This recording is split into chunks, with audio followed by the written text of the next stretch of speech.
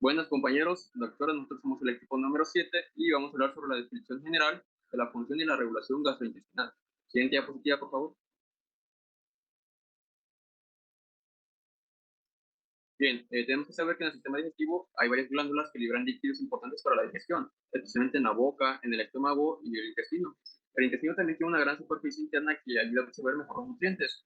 Y ese tubo largo está dividido en segmentos o partes por anillos de músculos llamados esfínteres. Ahí como lo podemos apreciar en las imágenes. Por ejemplo, esos esfínteres lo que hacen es regular o controlar el paso de la digestión de los alimentos. En el caso del esfínter anal interno y externo, pues controlan la salida de las heces, la expulsión, controlan la defecación. Siguiente diapositiva, por favor.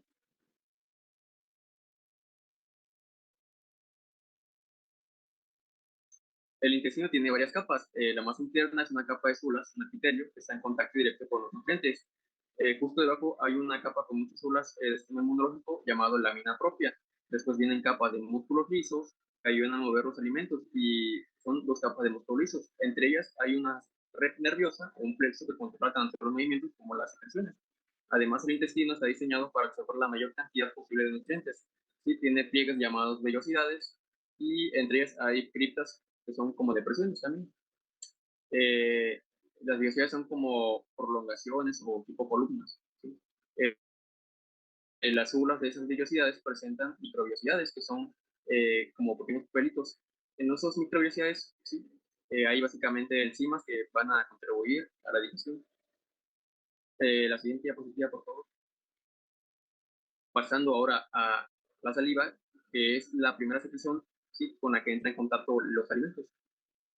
Se produce principalmente en tres glándulas, la parótida, submandibular y la sublingual, y todas desembocan en la boca al final. Esta saliva no solo ayuda a iniciar la digestión, especialmente el almidón, gracias a que contienen esa saliva, pues la bilaza, sino que también protege la boca de bacterias que usan sustancias como la inmunoglobulina y la lisozima. También hace que el alimento se deslice mejor al tragar con ayuda de las mucinas, que es una expresión mucosa, un tipo de lubricante, vaya. Y pues bueno, la saliva también, pues, aparte de que ayuda a tragar, mantiene la boca húmeda, disuelve sabores para percibirlos, ayuda a hablar, limpiar los dientes y tiene una función antibacteriana. Y se produce en dos fases. En la primera intervienen eh, los ácidos y se produce una secreción rica en tialina, secreción primaria rica en tialina o amilasa. Y también esta saliva, al fluir por los conductos, sí, van a ser modificadas, se le va a reabsorber sodio y cloro y se le va a agregar bicarbonato. Entonces se producen dos fases. En la primera intervienen los acinos y en la segunda fase intervienen ya lo que son los conductos salivales. La siguiente diapositiva, por favor. Bien, ahora en cuanto a las secreciones gástricas. La comida que comemos, que sabemos que llega al estómago, nos hacemos con tiempo. Ahí se mezcla con ácido, moco y una enzima llamada pectina y luego se va soltando poco a poco, saludando, ¿sí? Mediante el esfínter pylori, de forma controlada y constante. En cuanto al origen y regulación de las secreciones gástricas, siguiente diapositiva, por favor. El estómago está dividido en varias partes. En su pared interna, la mucosa gástrica tiene muchas glándulas profundas. Dependiendo de las zonas, las glándulas producen diferentes cosas. En el cardias y en la región pilórica, las glándulas producen principalmente moco, que sirve para proteger la pared del estómago.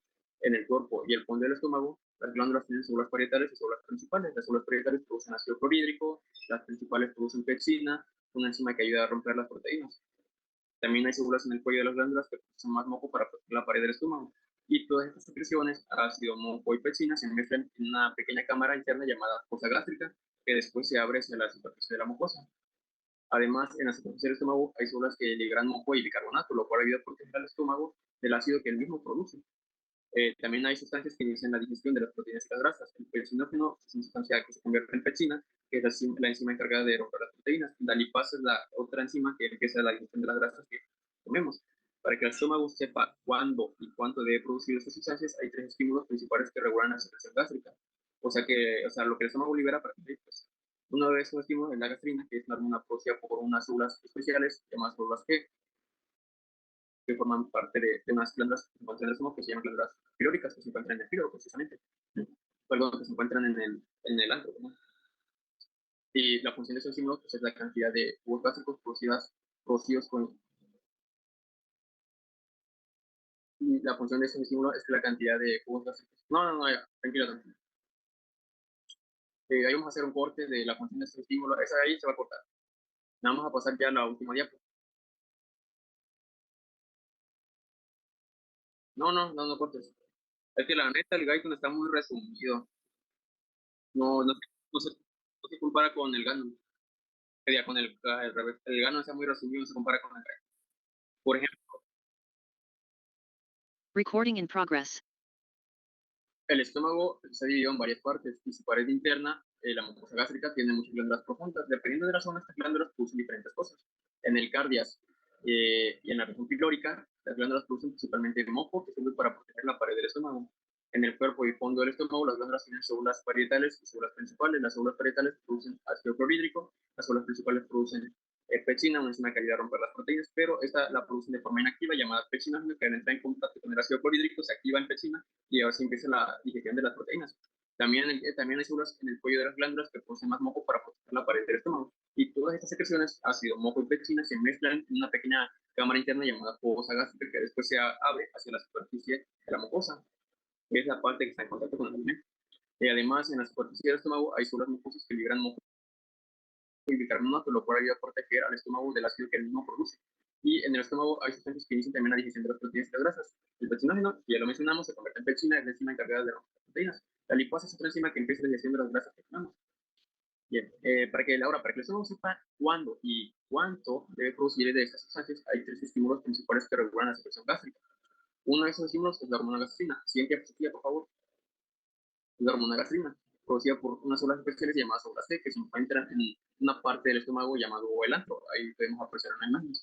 La función de estos estímulos es que la cantidad de jugos gástricos producidos coincida con lo que el cuerpo necesita, dependiendo si hay comida, cuánto hay y qué tipo de comida es. Siguiente diapositiva, por favor. Secreciones pancreáticas. Bueno, el tubo pancreático es súper importante para la digestión porque contiene muchas enzimas que ayudan a descomponer los alimentos.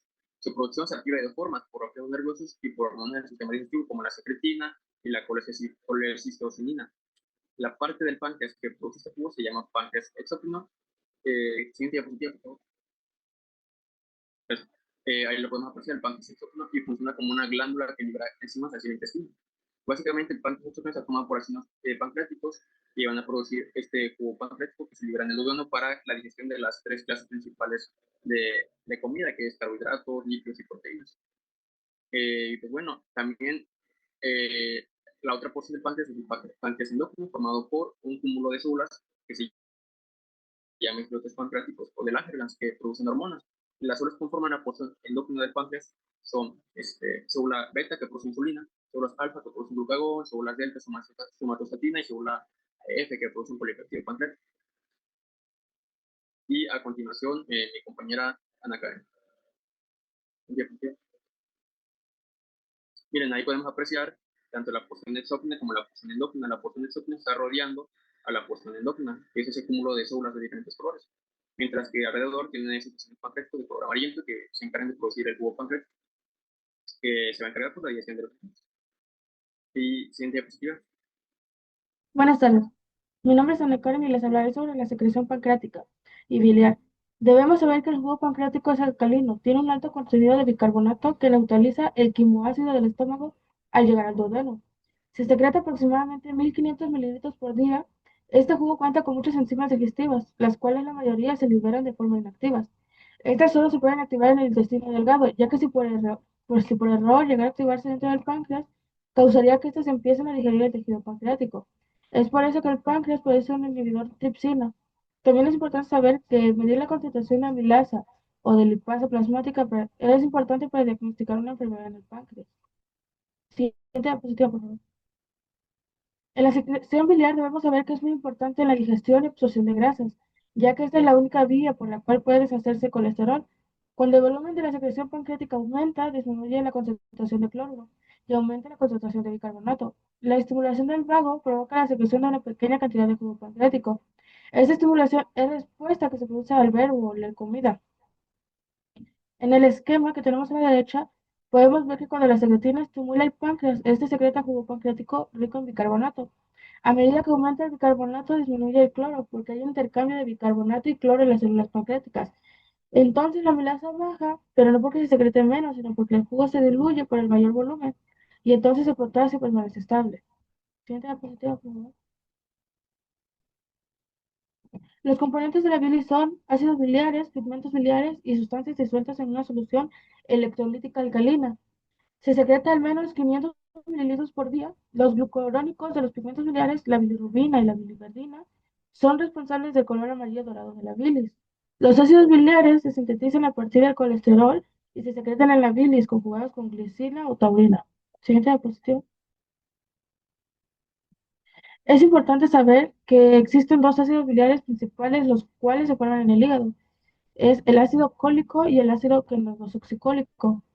Las bacterias del colon convierten el ácido cólico en ácido desoxicólico y el ácido quenotoxicólico en ácido litocólico. Estas derivaciones son ácidos biliares secundarios. En el intestino delgado se absorben del 90 al 95% de los ácidos biliares.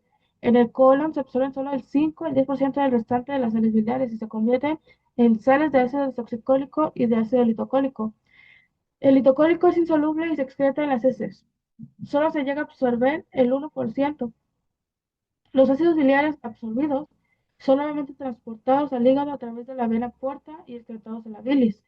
Hay una reserva total de ácidos biliares que es aproximadamente 3,5 gramos, que estos se reciclan de forma repetida a través de la circulación enterohepática. Se recicla por lo menos 2 veces por comida y de 6 a 8 veces por día. De mi parte sería todo. Le cedo la palabra a mi compañera. Muchas gracias. Mi nombre es Cristina y les hablaré de la regulación gastrointestinal, hormona parácrina, regulación de secreción y gastrina. Comenzaremos con la regulación gastrointestinal. Entre las diversas funciones del tracto gastrointestinal, como la secreción, la digestión, la absorción y la motilidad, deben de ser moderadas de manera integrada para asegurar la asimilación eficiente de los nutrientes. Encontramos tres tipos de motilidades principales de regulación gastrointestinal, las cuales son endocrina, parácrina y neural. Endocrina es la cual está medida por la liberación de hormonas por los desencadenantes asociados a la comida. En segundo lugar, encontramos algunos mediadores similares que son suficientemente estables para persistir en el flujo sanguíneo, pero alteran la función de las células en el área que son liberadas. Y por último, se encuentra el sistema intestinal, que está dotado de extensas conexiones neurales, pero también puede regular la función intestinal de forma independiente en regulación a cambios en el entorno luminar. Hormona parácrina. Los polipéptidos activos secretados por las células nerviosas o glandulares de la mucosa que actúan en forma parácrina localmente, pero también se pueden entrar en la circulación. La función de las hormonas gastrointestinales es la medición de sus concentraciones en sangre después de las comidas. Ha relevado su papel en la regulación de la secreción y motilidad gastrointestinal. Aunque las acciones de las hormonas se superponen en dosis altas, sus efectos fisiológicos parecen ser relativamente discretos, clasificando de hormonas claves. Basándose en similitudes estructurales y funcionales, las hormonas claves se agrupan en dos familias principales: familia de la gastrina, que incluye la gastrina y la colecistoquitina, y familias de la secretina, que incluyen a la secretina, el glucagón, el péptido intestinal vasoactivo, que es un neurotransmisor o neuropéptido, y el polipéptido inhibidor gástrico. La regulación de la secreción digestiva, de secreción digestiva, controlamos el control hormonal o endocrino del sistema digestivo. Como ya se ha hablado con anterioridad, hablamos de comunicación celular. Hay células que tienen la capacidad de sensar a los estímulos y elaboran un mensaje para avisar a otras células del estímulo que ellas están captando o sensando. Este mensaje, según desde donde se vea, lo llamaremos de distintos tipos, pero el mensaje cuando se vuelca a la sangre se llama hormona. La hormona se ha dicho que era el mensaje que se vuelca a la sangre, y entonces estas células son para nosotros células enteroendocrinas porque están en el tubo digestivo, pero tienen la capacidad de volcar hormonas para la circulación sanguínea, para que esta hormona actúe como un mensaje y llegue a distintas células, que solo van a poder ser interpretados para las células que tengan un receptor para esa hormona. Entonces, toda hormona que tenga un receptor para esta célula entenderá el mensaje que la célula enteroendocrina le envió y podrá emitir una respuesta para responder al estímulo que liberó esta hormona. La hormona que estaremos estudiando, haremos mención de estas que tienen un papel importante en la fisiología, que son la gastrina, la histiamina, la secretina, la colecistoquitina y la somatina. Comenzaremos con la gastrina, una hormona que es producida por la célula G, que son las que tenemos o encontramos en el estómago, y estas células responden a la distensión del estómago. Cuando reciben alimentos, la gastrina sale a la circulación sanguínea como toda hormona. ¿Cuál es su acción o función? ¿Cuál es el mensaje? Que las células que tengan receptores para la gastrina está llegando el alimento y tenemos que producir ácido clorhídrico. Esta acción lo harán solo las células que tengan los receptores para la célula, las células parietales del estómago, que son las encargadas de producir ácido clorhídrico, siendo su función principal de la gastrina la producción o el aumento de la elaboración de ácido clorhídrico por las células parietales estomacales. Bueno, mi nombre es Dulce y les hablaré sobre el resto de las hormonas gastrointestinales. Vamos a comenzar con la colecistocinina, también conocida como CCK. Esta es una hormona que es producida por las células I, las cuales las encontramos en la mucosa del intestino delgado, y actúa a través del receptor CCKA. Se encarga principalmente de estimular la digestión de grasas y proteínas, y esto lo hace ejerciendo dos de sus funciones principales. La primera es que genera la contracción de la vesícula biliar, lo cual hace que se contraiga y se produzca la bilis, que nos va a ayudar a la digestión de las grasas. Y la segunda es que estimula el páncreas para que éste libere enzimas digestivas encargadas de digerir proteínas y carbohidratos. Siguiente, por favor. Bueno, la CCK presenta una estrecha relación con la secretina, ya que pues aumenta la función de esta, pero también ambas incrementan lo que es la contracción del esfínter pilórico. La síntesis de la CCK pues va a aumentar en presencia de proteínas y ácidos grasos, haciendo que al momento de digerirlas, pues estos mismos fragmentos generen el incremento de la CCK, ocasionando un tipo de retroalimentación positiva. Ahora les hablaré sobre la primera hormona descubierta, que fue la secretina, que esta hormona es sintetizada gracias a las células S, que las encontramos en la mucosa del duodeno. ¿Y cuál es la función principal? Pues bien, esta estimula lo que es la secreción del jugo pancreático alcalino, lo cual es fundamental para neutralizar el ácido gástrico que viene en el estómago. Además, también no actúa únicamente sobre el páncreas, sino que también en algunos casos puede provocar lo que es la contracción del esfínter pilórico. Siguiente, por favor. Ahora vamos a hablar del péptido inhibidor gástrico, también conocido como GIP, que este es producido por las células K, que las encontramos distribuidas en la mucosa del duodeno y del yeyuno. La función principal se dice que cuando se administra en grandes dosis, inhibe la secreción gástrica y también disminuye la motilidad del estómago. Pero, pues, y esto es muy importante, cuando se encuentra en concentraciones fisiológicas, es decir, cuando las cantidades normales, cuando nosotros comemos después de las comidas, no ejerce un efecto significativo como inhibidor gástrico, sino que va a ayudar al páncreas a liberar insulina, pero solo lo hace cuando hay presencia de glucosa. Por ello, actualmente es conocido como el péptido insulinotrópico dependiente de glucosa. Siguiente, por favor. Bueno, finalmente abordaremos sobre una sustancia que es muy importante dentro del sistema digestivo, que es el péptido intestinal vasoactivo o el BIP, que es aunque tiene similitudes estructurales con la secretina, no es considerada como una hormona, pero no solo está en el sistema digestivo, sino que también se localiza en el cerebro y en muchos nervios del sistema autónomo. De hecho, se sintetiza en las mismas neuronas que la acetilcolina. Dentro de las funciones que genera es en el intestino, va a estimular lo que es la secreción de electrolitos, que nos va a ayudar al proceso digestivo. También ocasiona la relajación del músculo liso intestinal y los esfínteres, permitiendo una mayor movilidad intestinal. Otra de sus funciones importantes es que dilata los vasos sanguíneos periféricos, lo cual pues influye en la distribución del flujo sanguíneo, especialmente durante la digestión. Y por último, pues este péptido potencia la acción de la acetilcolina en las glándulas salivales, lo cual favorece la producción de la saliva y por lo tanto la digestión inicial de los alimentos. Y esto sería todo de mi parte. Hola, mi nombre es Cristal y yo les voy a hablar acerca de algunas hormonas y péptidos. Bueno, primero que nada les voy a hablar sobre la motilina. Esta es una hormona polipéptida que es producida principalmente por las células madre del intestino delgado, principalmente en el duodeno y el yeyuno. Esta hormona contiene residuos de 22 aminoácidos, que son secretados por las células enterocromafines y las células madre. Su función principal es regular los movimientos gastrointestinales y producir una contracción del músculo liso en el estómago y los intestinos. La motilina lleva a cabo un proceso donde se estimula el complejo motor migratorio, que da contracciones que limpian el tracto digestivo de residuos, bacterias y alimentos no digeridos. Este proceso es muy importante ya que ayuda a mantener la salud intestinal y prevenir infecciones. Bueno, ahora les voy a hablar sobre la somatostanina. La somatostanina es una hormona peptídica que actúa como un inhibidor universal. Esta hormona se puede producir comúnmente en el hipotálamo, el páncreas y el tracto digestivo. Tiene diversas funciones hormonales y digestivas. Una de sus funciones es que bloquea la liberación de varias hormonas como la de crecimiento, la insulina y el glucagón. También regula el sistema digestivo, lo que hace que disminuya la motilidad gástrica e intestinal. Esto hace que se mantenga el equilibrio hormonal y se controlen varios procesos digestivos. También ayuda a inhibir la secreción de gastrina, secretina y motilina.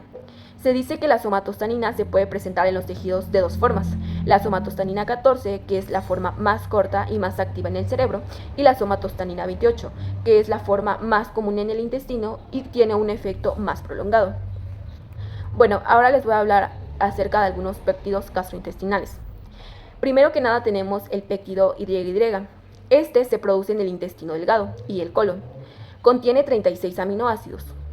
Este péptido gastrointestinal se libera en respuesta a la ingesta de alimentos, lo que reduce el apetito. Se encarga de inhibir la secreción del ácido gástrico y la motilidad. Su liberación desde el yeyuno es estimulada por la grasa. Bueno, ahora tenemos al péptido de grelina. Este es secretado por el estómago y desempeña un papel importante en el control de la alimentación. Se dice que sus niveles pueden aumentar antes de una comida. Bueno, ahora tenemos a otro péptido gastrointestinal, que es la guanilina. Este es un polipéptido gastrointestinal que se une a la guanilic ciclasa. Está compuesto por 15 residuos de aminoácidos y es secretada por las células de la mucosa intestinal. Cuenta con algunos receptores, que estos se encuentran en los riñones, el hígado y el órgano reproductor femenino. La guanilina puede actuar de dos maneras, ya sea de forma pancreática o de forma endocrina. Y les voy a hablar sobre el sistema nervioso entérico. Para comenzar, el tracto gastrointestinal está controlado por una red muy específica de nervios. Esta red incluye dos plexos principales: el plexo mientérico, que se encuentra entre las capas musculares longitudinal y circular, y el plexo submucoso, ubicado entre el músculo circular y la mucosa intestinal. Contiene 100 millones de neuronas. Estas neuronas se dividen en tres tipos: neuronas sensoriales, que detectan cambios en el contenido intestinal, como presión, distensión o presencia de nutrientes; interneuronas, que actúan como conexión entre neuronas para coordinar respuestas complejas; neuronas motoras, que envían señales para provocar contracciones musculares o liberar sustancias digestivas. Relación con el sistema nervioso central. El sistema nervioso entérico está conectado al sistema nervioso central a través de fibras simpáticas y parasimpáticas. Sin embargo, algo muy interesante es que puede funcionar de manera autónoma, es decir, sin necesidad de estar conectado al cerebro o a la médula espinal. Funciones del plexo mientérico. El plexo mientérico inerva los músculos longitudinal y circular del intestino. Su función principal es controlar la motilidad, es decir, los movimientos del tracto gastrointestinal que permiten el avance del contenido digestivo. Funciones del plexo submucoso. Por otro lado, el plexo submucoso tiene un papel diferente. Inerva el epitelio glandular, las células endocrinas intestinales y los vasos sanguíneos submucosos. Su función principal es regular las secreciones intestinales, como el moco y las enzimas digestivas. Neurotransmisores del sistema nervioso entérico. El sistema nervioso entérico utiliza una gran variedad de neurotransmisores, entre los cuales incluyen acetilcolina, que estimula la contracción del músculo liso, norepinefrina y serotonina, que modulan tanto la motilidad como las secreciones; GABA, un neurotransmisor inhibidor; ATP, que puede actuar como una señal nerviosa; gases como óxido nítrico y monóxido de carbono, que tienen efectos relajantes sobre el músculo intestinal; y muchos péptidos y polipéptidos, como sustancia P o el péptido vasoactivo intestinal, que regulan múltiples funciones. Acciones de los neurotransmisores. Algunos de estos neurotransmisores actúan de forma parácrina, es decir, a nivel local; otros ingresan al flujo sanguíneo y actúan como hormonas. Inervación extrínseca. Doble inervación del intestino. El intestino no trabaja por sí solo, recibe señales desde el sistema nervioso autónomo, también llamado SNA, que se encarga de controlar funciones involuntarias. Esta inervación extrínseca incluye dos componentes principales: la inervación parasimpática, que es colinérgica, es decir, utiliza acetilcolina como neurotransmisor. Su función es aumentar la actividad del músculo liso intestinal.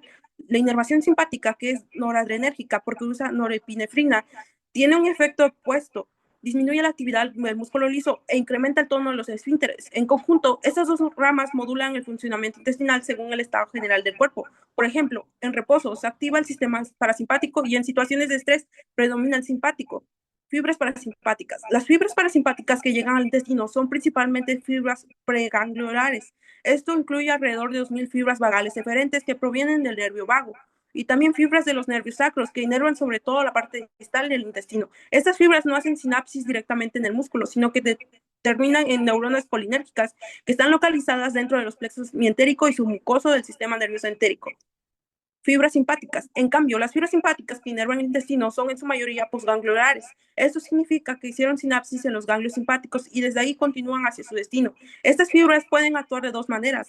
Algunas terminan en neuronas colinérgicas, donde liberan norepinefrina y bloquean la liberación de acetilcolina mediante receptores alfa-2 presinápticos. Esto inhibe indirectamente la motilidad intestinal. Otras fibras simpáticas terminan directamente en el músculo liso del intestino, ejerciendo una acción inhibitoria directa que reduce los movimientos digestivos. Inervación de los vasos sanguíneos. No solo el músculo y las secreciones están regulados por el sistema nervioso, también la irrigación sanguínea del intestino depende de la inervación. Aquí encontramos una inervación dual. Por un lado, hay una inervación extrínseca y adrenérgica que provoca vasoconstricción y regula el flujo sanguíneo según las necesidades generales del cuerpo. Por otro lado, hay una inervación intrínseca más cercana al sistema nervioso entérico que también participa en la regulación del flujo local. Mediadores locales. Además de la inervación nerviosa, en el intestino actúan mediadores locales que regulan el flujo sanguíneo durante la digestión. Entre los más importantes están el BIP o péptido intestinal vasoactivo y el óxido nítrico. Ambos tienen el efecto de aumentar el flujo sanguíneo local, produciendo hiperemia, es decir, una irrigación durante la digestión. Esto asegura que los nutrientes absorbidos lleguen rápidamente a la sangre y que las células intestinales reciban suficiente oxígeno. Bueno, mi nombre es Héctor Omar Cáceres Santiago y vamos a continuar con el sistema inmune gastrointestinal.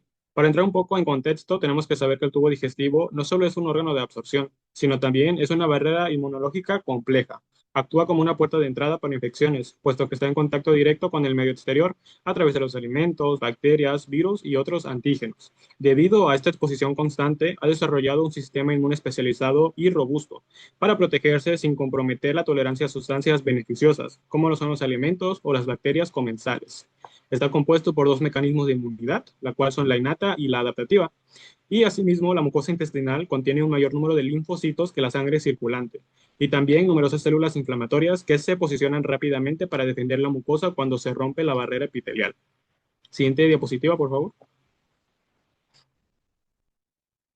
En cuanto a la microbiota intestinal, tenemos que saber que es el conjunto de microorganismos, principalmente van a ser bacterias, pero también hay virus, hongos y arqueas, que habitan en el tubo digestivo, especialmente en el colon. Ahora, ¿cuáles van a ser los aportes metabólicos de la microbiota? Bueno, los microorganismos van a producir metabolitos que no pueden ser generados por otras células en los mamíferos, entre ellos las vitaminas y los nutrientes de recuperación, que de lo contrario no podrían ser digeridos por las enzimas pancreáticas. Hay también digestión de fibras dietéticas que son absorbidos a través del epitelio del colon y una desconjugación por parte de las bacterias de los ácidos biliares. Las funciones colectivas de la microbiota son aumentar la resistencia a la colonización por patógenos, educan al sistema inmune de la mucosa, especialmente en la vida postnatal temprana, y envían señales al cerebro que pueden modificar el comportamiento. Siguiente diapositiva, por favor. La circulación esplácnica comprende el flujo sanguíneo hacia el estómago, intestinos, páncreas y el hígado. Se organiza en circuitos paralelos y la sangre del intestino y el páncreas pasa al hígado por la vena porta hepática y de ahí a la vena cava inferior a través de las venas hepáticas. El 30% del gasto cardíaco se dirige a las vísceras abdominales e hígado a través de las arterias celíaca, mesentérica superior y la mesentérica inferior. El hígado recibe 1.300 mililitros por minuto por la vena porta y 500 mililitros por minuto por la arteria hepática en ayuno. Y el suministro portal aumenta aún más después de las comidas. Siguiente diapositiva. Por otro lado, el intestino cumple una función crucial en la regulación del líquido corporal y en el transporte de electrolitos, ya que actúa como un medio líquido necesario para que los procesos de digestión y de absorción. Una vez que los nutrientes han sido asimilados, el líquido involucrado es reabsorbido eficientemente, lo que previene la deshidratación. Este movimiento de agua es lento y está impulsado por gradientes electroquímicos generados por el transporte activo de iones y solutos. Diariamente se manejan 9.000 mililitros de líquidos, 2.000 son ingeridos y 7.000 secretados, de los cuales se reabsorbe el 98%, excretando solo 200 mililitros en las heces. Siguiente diapositiva, por favor. En el intestino delgado, el sodio tiene transporte activo, que sirve para la absorción de la glucosa, de los aminoácidos y de ácidos biliares. Entre comidas, se usa el transporte electroneural y el agua sigue pasivamente por ósmosis. En el colon distal, el sodio se absorbe por los canales ENaC, cuya expresión aumenta por la aldosterona en dietas pobres en sal. Y la secreción del cloro va a aumentar la fluidez intestinal. Siguiente diapositiva. El agua se mueve según su gradiente osmótico, hasta igualar la osmolaridad plasmática. En el duodeno varía con el alimento, mientras que en el yeyuno se estabiliza, y en el colon el agua se mueve lentamente con el sodio absorbido. Aquí es importante mencionar el uso de catárticos salinos, como el sulfato de magnesio, los cuales son sales mal absorbidas. Estas retienen agua por su carga osmótica, lo que incrementa el volumen intestinal y provoca un efecto laxante. En cuanto a la relación motilidad-absorción, si la motilidad intestinal es lenta, hay más tiempo para la absorción. Y por último, el potasio se secreta en pequeñas cantidades en el moco mediante canales luminales y vasolaterales. Finalmente, una ingesta crónica alta de potasio estimula la producción de aldosterona, lo que conlleva un aumento en el número de bomba sodio-potasio ATPasa en la membrana vasolateral. Esto incrementa la concentración intracelular de potasio y su difusión hacia el lumen intestinal, contribuyendo al mantenimiento del equilibrio electrolítico. Por mi parte, sería todo. Muchas gracias.